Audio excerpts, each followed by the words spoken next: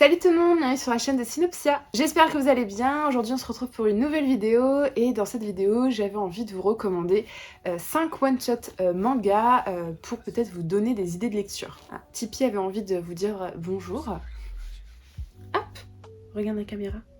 Tu veux pas regarder la caméra? Ah, ça y est, elle vous a vu. Bref, j'avais vraiment envie de vous faire un format vidéo recommandation parce que je trouve que c'est toujours cool quand on cherche un genre de lecture en particulier, d'avoir vraiment des vidéos dédiées à quelque chose. Du coup, je voulais commencer assez simple et je me suis dit que vous proposer 5 one-shot manga que j'aime bien, ça pouvait être une bonne idée pour ceux qui ne se sont jamais lancés dans le genre parce que beaucoup de tomes, ceux qui n'osent pas trop, et puis voilà, si de base vous ne... Pardon, il y a Tipeee qui joue, ça me perturbe. Si de base voilà, vous lisez des mangas mais pas forcément des one-shots, bref, ça peut vous donner des... Donc c'est parti, je vais vous présenter 5 one-shot mangas que j'aime beaucoup. Voilà, s'ils sont dans ma bibliothèque, c'est de toute manière, c'est qu'ils m'ont marqué d'une manière ou d'une autre. Et donc je les garde avec moi. Et on va commencer tout de suite avec un qui, je pense, plaira un petit peu à tout le monde. Il s'agit de Un été à Tsurumaki, donc de Shinya Komatsu. J'avais jamais lu l'artiste, donc c'est la première fois que je le lisais avec ce manga-là. J'ai toujours pas retenté avec d'autres de ses œuvres. Et dans Un été à Tsurumaki, on va suivre le petit Mitsu, qui est un petit garçon voilà, qui aime beaucoup les plantes, mais il est un petit peu tête en l'air, et alors que c'est le dernier jour de l'école, avant les vacances d'été, il arrose une petite jacinthe et va tomber sur des fées. Et ce qui finalement allait être un été plutôt tranquille s'avère être assez... laborieux puisque la ville se retrouve submergée de plantes géantes et va compliquer la vie de ses habitants. Et ainsi débute un enchaînement d'événements assez insolites qui va arriver à ce petit Mitsu. Donc c'est un manga assez basé sur l'imaginaire, sur l'enfance, sur la nature, que j'ai vraiment beaucoup aimé. En plus de ça, Komatsu a vraiment un dessin certes enfantin, mais qui aborde vraiment de manière assez mature certains sujets. Et en plus de ça, on a vraiment de très jolies planches avec des très jolis détails. Voilà, c'est vraiment fait avec soin, ça nous emmène vraiment dans un univers vraiment feuillu, voilà, avec des plans de grandeur gigantesque finalement, et c'était vraiment super chouette comme lecture. Moi je l'avais vraiment beaucoup aimé, ça m'a beaucoup marqué finalement puisque je m'en souviens assez bien, et donc je peux que vous recommander ce petit bijou. Voilà, c'est vraiment très frais comme lecture, ça vous fera vraiment passer un très très bon moment, et je pense que vous aurez envie de découvrir beaucoup d'autres titres de Komatsu en tout cas. Le deuxième manga que j'ai envie de vous présenter est assez différent du premier, puisque je pense que celui-ci pour le coup est assez particulier et peut-être ne plaira pas à tout le monde, mais en tout cas moi ça a été un coup de cœur. Je l'ai vraiment beaucoup aimé, et il s'agit du Monde selon Setchan, donc de Tomoko Oshima, donc publié au Lézard Noir, qui est une maison d'édition que j'aime vraiment beaucoup.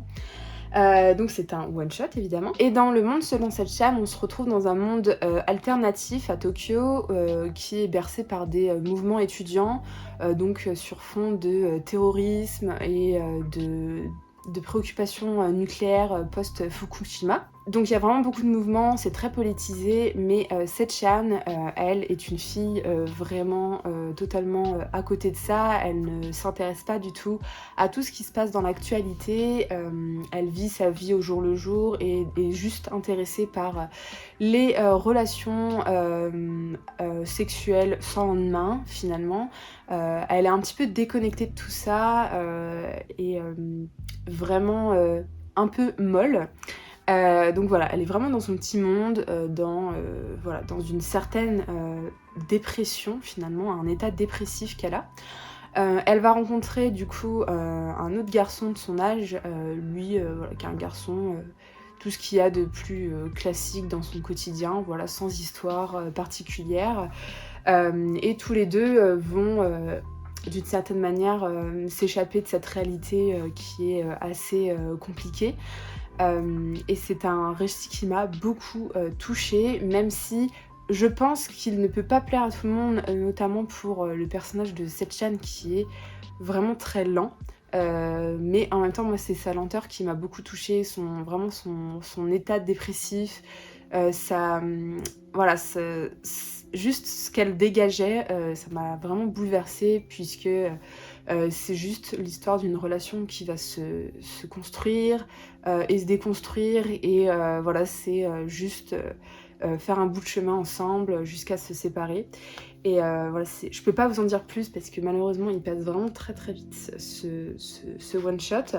En termes de dessin, on est sur quelque chose d'assez spécial. Moi j'aime beaucoup. Je sais qu'on l'a pas mal comparé, il me semble, à Reverse Edge que j'ai dans ma pile à lire mais que je ne vous présente pas parce que il est introuvable à moins d'avoir de la chance dans l'occasion. Moi j'avais vraiment eu de la chance, je crois que j'ai réussi à le choper en janvier. J'étais vraiment très contente de l'avoir. Mais du coup j'avais envie de commencer par celui-ci qui était dans ma pile à lire bien avant. Donc voilà pour le monde selon Setchan, vraiment foncé, moi j'ai adoré. Bon, j'ai fait un changement d'angle en pensant que ça allait m'aider à pas avoir le soleil dans la tête, mais ça change pas grand chose. Ça m'apprendra à tourner à cette heure-là. Bref, le troisième one shot que je vais vous présenter n'est pas plus léger que le précédent, voire peut-être pire je pense. Il s'agit de My Broken Mariko, donc de Waka Hirako que j'ai lu, je sais plus quand est-ce que je l'ai lu, en 2020 je crois. Je l'ai lu il y a un petit moment mais j'en avais déjà parlé sur YouTube, je vous le représente ici parce qu'il m'a, je pense, suffisamment marqué pour que je vous le présente aujourd'hui. Puisque dans ce récit, on suit Tomoyo, une jeune femme qui apprend aux informations le décès de sa meilleure amie. Elle est assez dévastée et dans l'incompréhension du suicide de sa meilleure amie qui survient vraiment soudainement. Et elle va tout faire pour rendre un dernier hommage et essayer de comprendre qu'est-ce qui s'est passé. C'est un récit qui personnellement m'a beaucoup touchée. J'ai adoré le dessin et en même temps j'ai été assez déstabilisée par certaines scènes et certaines caractéristiques du dessin qui des fois est très exacerbé et qui donne presque une pointe d'humour à ces personnages endeuillés. Je trouve que ça casse un petit peu les émotions et en même temps ça rend la lecture vraiment vraiment unique. Des fois j'avoue que je savais pas trop sur quel pied danser, mais justement je trouvais que ça donnait au récit une dimension moins larmoyante en fait. Alors je sais que beaucoup l'ont trouvé larmoyant, c'est ce que j'ai déjà entendu. Moi personnellement ça l'a fait parce que je trouve que ce sera jamais aussi larmoyant que Violet Evergarden par exemple.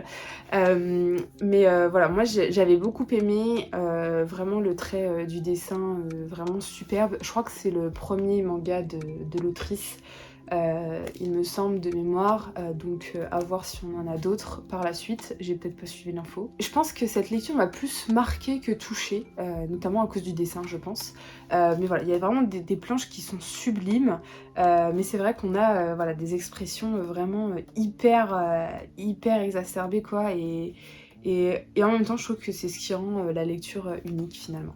Le quatrième que je vais vous présenter, je pense que c'est mon préféré de la sélection, même si je les aime tous. Vraiment celui-là fait assez fort. Il s'agit de Darushan ou la vie ordinaire de Narumi Maruyama, employée intérimaire, donc de Lemon Haruna. Toujours chez le Lézard Noir, voilà, j'en ai deux dans cette petite sélection. C'est un manga qui a la particularité d'être en couleur, dans des tonalités pastel, et franchement j'adore. Et du coup Darushan, elle a la particularité de venir de la planète Daru Daru.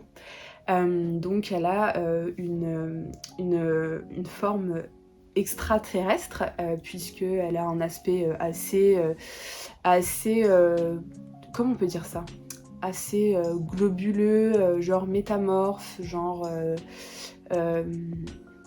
quoi métamorphe, voilà, c'est ma seule ref. Et donc elle prend les traits de Narumi, donc des traits humains, pour du coup essayer d'adopter toutes les règles de la société sur Terre, et essayer de se fondre dans cette société, ne pas se faire découvrir, et voilà, ne pas paraître bizarre aux yeux des autres, parce que sinon pour elle ce serait le drame.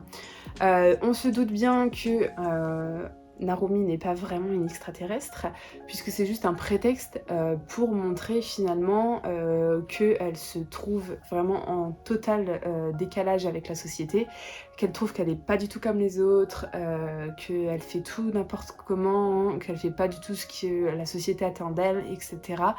Donc voilà, on suppose bien que c'est un prétexte pour nous parler du coup de cette thématique de rentrer dans le moule, cette thématique de l'identité, de la confiance en soi, du soi finalement.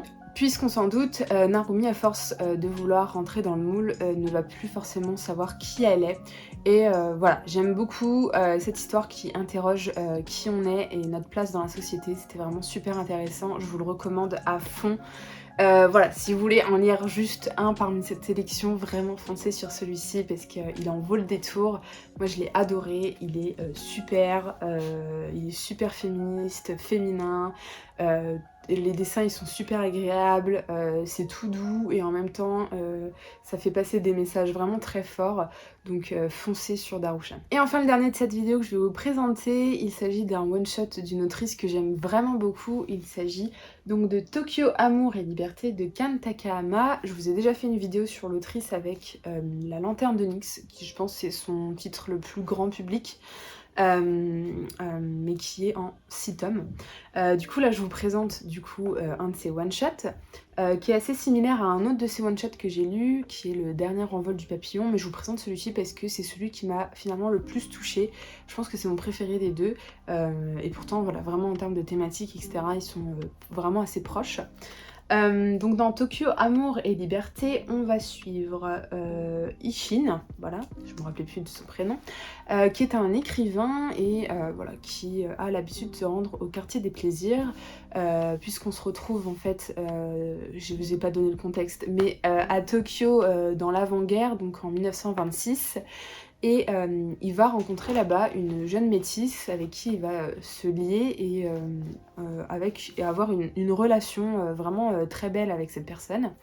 Elle va l'inspirer énormément dans son travail et du coup c'est voilà, une histoire d'amour entre deux personnages qui sont finalement assez opposés mais dont le lien est très fort. Malheureusement c'est bientôt la guerre et ça va peut-être venir entacher pas mal de choses. Je vous en dis pas plus, mais c'est un récit que j'ai trouvé hyper intime et sensible. J'ai vraiment beaucoup aimé. Quand je l'avais lu, il m'avait beaucoup marqué. Et beaucoup touché aussi, vraiment. Puis comme d'habitude, voilà, c'est Kan Takahama, du coup j'adore son dessin, ça fonctionne super bien avec moi personnellement. Voilà, il est un petit peu plus érotique que ce que j'aurais pu vous présenter avant, puisque avant c'était du grand public.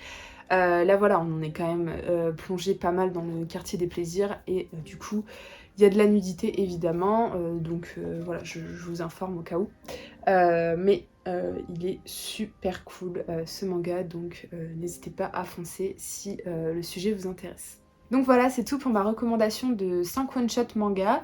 Je pense que je ferai d'autres recommandations voilà, sur d'autres choses, peut-être des mangas en 2 tomes, mangas courts, mangas sur telle thématique, mais aussi des romans, peut-être des sagas que j'aime, etc.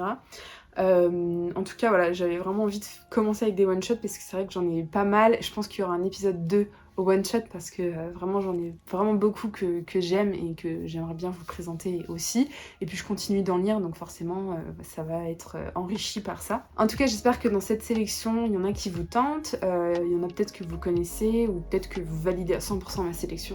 En tout cas n'hésitez pas à me dire tout ça en commentaire, et moi comme d'habitude je vous souhaite de belles lectures et de bons visionnages et je vous dis à la prochaine vidéo. Salut!